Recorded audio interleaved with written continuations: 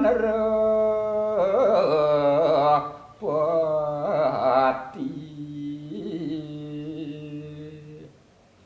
Sri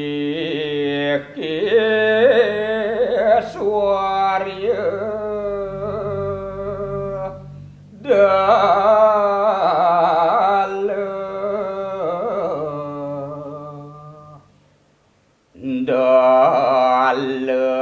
Dalaku suma patrang lom Eswara Raja Laksmi. Om Swastiastu. Om Swastiastu. Para pemirsa yang budiman dimanapun berada, kali ini saya akan kembali ke cerita Nidya Tantri yang beberapa episode sebelumnya sudah saya sampaikan. Sebelum saya memulai Dharma Wacana ini atau sesuluh ini, izinkan saya mengingatkan kita semua untuk senantiasa memperhatikan 3M, yaitu mencuci tangan, memakai masker, dan menjaga jarak. Para pemirsa yang budiman, dikisahkan Nidya Tantri kembali berbagi cerita dengan Prabu Aiswarya Dala, Prabu di kerajaan Patalina Gantun. Kali ini Nidya Tantri bercerita tentang cerita yang tidak asing bagi kita semua. Di SD, di SMP, kadang-kadang kita sering mendengar cerita itu. Tidak lain adalah si kancil mencuri mentimun. Ceritanya sangat umum, tetapi ingat bahwa cerita ini adalah cerita yang bersumber dari naskah Nidya Tantri. Ya, sekali lagi sumbernya Nidya Tantri. Bukan cerita sekedar cerita begitu saja. Sumbernya jelas. Oleh karena itu mari kita dengarkan cerita itu. Di suatu hari seorang petani bergegas mau ke sawah melihat tanaman mentimunnya yang menurut perhitungan mestinya sudah panen. Semestinya sudah panen. Apa yang terjadi? Alangkah terkejutnya Pak Tani karena kebun mentimunnya rusak, hancur dan porak-poranda. Sang petani tentu amat sedih. Duh, Ratu Betara, siapakah gerangan yang berbuat seperti ini? Rasanya saya tidak pernah berbuat jahat seperti ini. Berbuat merugikan orang lain. Berbuat merusak tanaman orang lain. Siapakah gerangan yang berbuat jahat? Apa salah Amba sehingga orang itu berbuat seperti itu kepada diri? Sampai juga pikiran Pak Tani bukan pada orang per orang, melainkan jangan-jangan apa yang terjadi ini karena ulah si kancil yang cerdik. Jadi dia tidak curiga kepada perbuatan orang per orang. Tapi jangan-jangan ini ulah binatang. Di antara binatang itu siapa ya? Oh, jangan-jangan ulah ini adalah ulah si kancil yang cerdik. Pak Tani akhirnya pulang. Sampai di rumah dia bikin orang-orangan petakut. Nah, tahu petakut? Tahu? Nah, pernah lihat petakut? Di mana ditaruh?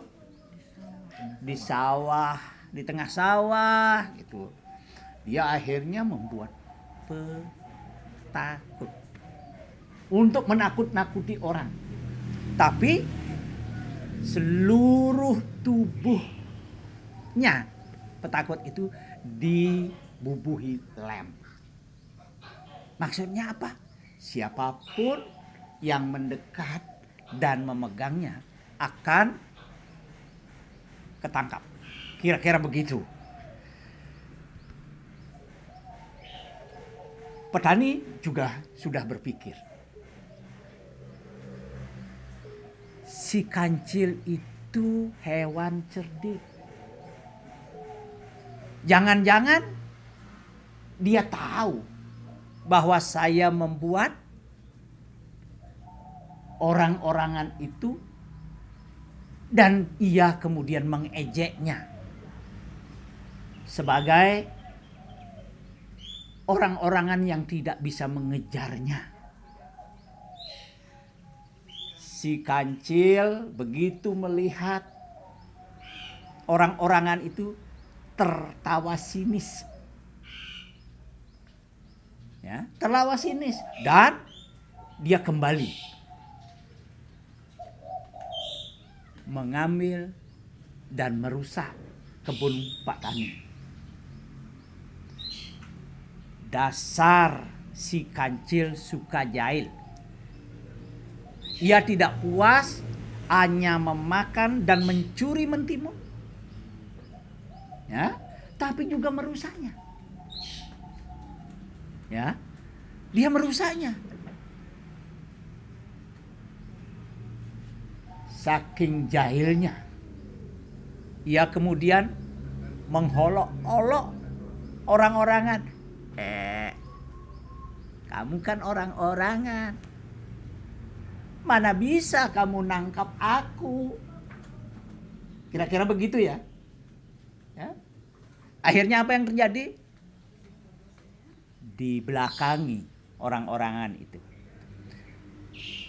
Tapi orang-orangan diam. Si kancil karena diam orang-orangan, dia jadi kesal. Sialan. Dia nggak sadar. Akhirnya apa? Orang-orangannya ditendang dengan kaki satu. Apa yang terjadi? Apa yang terjadi? Kakinya nempel. Bener. Kakinya nempel, kaki satu. Semakin ditarik, semakin kuat tempelan lem itu. Dia berusaha semaksimal mungkin untuk melepaskan kakinya dengan menendangkan satu kakinya lagi. Apa yang terjadi? Nempel lagi. Jadi kedua kakinya si kancil nempel kayak perangko. Ya, nempel. Esok harinya petani datang dan melihat si kancil.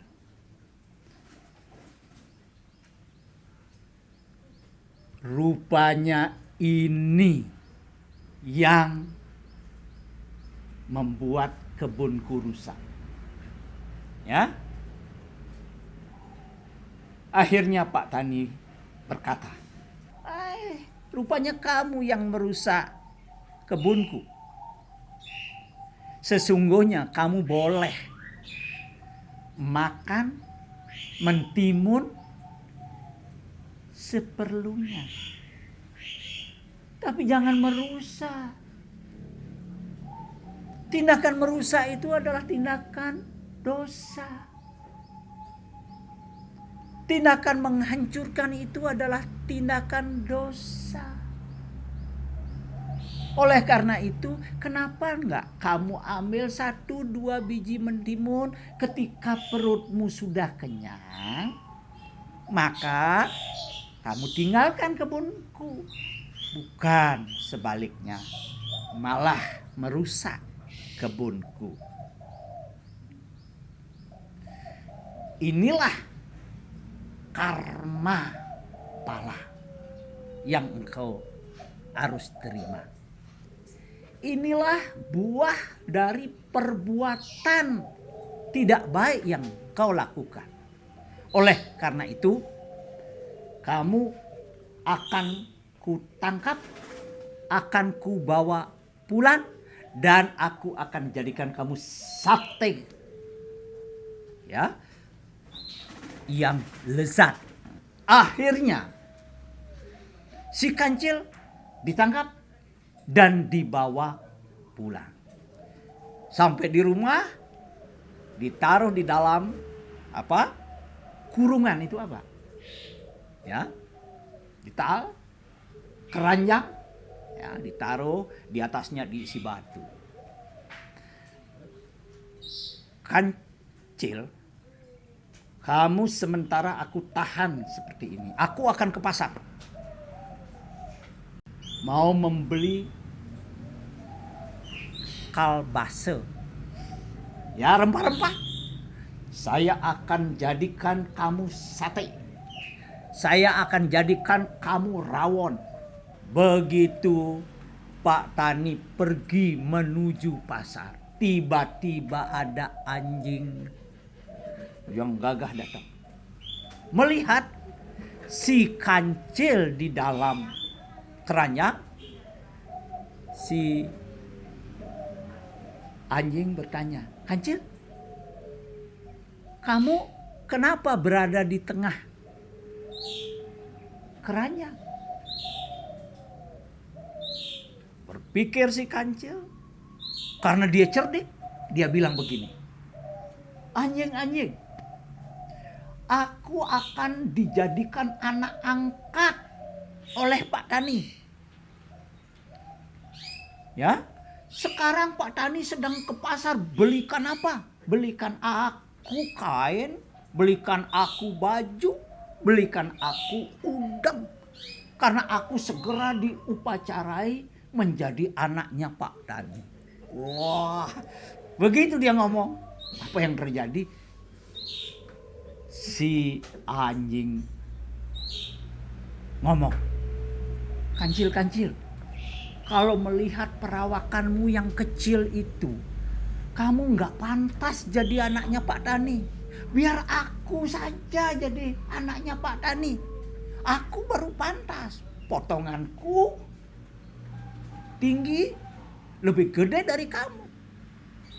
Biarkan aku aja jadi anak angkatnya Pak Tani." "Ya kalau begitu silakan, tapi buka dulu keranjang ini. Nah, aku keluar, kamu ada di sini. Nanti begitu Pak Tani datang dari pasar, seluruh perangkat pakaian akan kamu pakai. Aku menyerah. Aku lebih baik mengalah." Akhirnya anjing masuk ke keranjang, dan seketika itu pula si kancil lari secepatnya. Apa yang terjadi? Begitu Pak Tani pulang dari pasar, dia melihat bukan si kancil yang ada di keranjang, melainkan anjing. Bingung Pak Tani, kenapa kok bisa? Akhirnya anjing pun dilepas oleh Pak Tani. Tapi maksud dari cerita ini apa? Saya ingin mengatakan kepada kita semua bahwa si kancil tahu kalau Pak Tani membuat orang-orangan hanya untuk menakut-nakuti. Tetapi si kancil, apa yang dilakukan si kancil? Ceroboh. Apa yang dilakukan si kancil? Kurang teliti. Apa yang dilakukan oleh si kancil? Emosi. Ceroboh, kurang teliti, dan emosi adalah sifat-sifat yang kita harus hindari semua. Ya, jangan jadi manusia ceroboh. Jangan jadi manusia kurang teliti. Dan jangan menjadi manusia yang dikendalikan oleh emosi. Yang kedua, si anjing memang tidak tahu persis kalau si kancil akan disembelih untuk dijadikan sate. Saking polos, lugu, dan bodohnya si anjing, ia percaya dengan kata-kata si kancil akan diangkat sebagai anak. Lugu, polos itu bagus. Jadilah anak yang polos. Jadilah anak yang lugu. Tapi jangan menjadi anak bodoh. Polos, ya, lugu itu bagus. Tapi jangan menjadi anak bodoh. Berbeda. Lugu dan polos berbeda dengan bodoh. Ya, oleh karena itu sekali lagi umat sedharma, kalau kita ingin meningkatkan mutu dan kualitas diri, maka jadilah manusia yang cermat, yang teliti, yang mampu setiap saat mengendalikan amarah. Sesuluh ketiga yang penting yang dapat kita petik adalah bodoh akan membuat kita semakin masuk ke dalam kegelapan, sekalem maupun niskalem. Oleh karena itu, sekali lagi saya tutup uraian ini dengan sebuah seloka. Widyadanam sarwodano pradanam. Pengetahuan adalah kekayaan tertinggi. Oleh karena itu, umat sedharma, para generasi muda, Hindu dimanapun berada, mari kita bersama-sama meningkatkan mutu dan kualitas diri kita dan senantiasa melatih diri kita menjadi insan yang cermat, teliti, dan mampu mengendalikan emosi. Semoga sesuluh ini bermanfaat bagi kita semua. Terima kasih. Om Santi Santi Santi Om. Om Santi Santi Santi Om.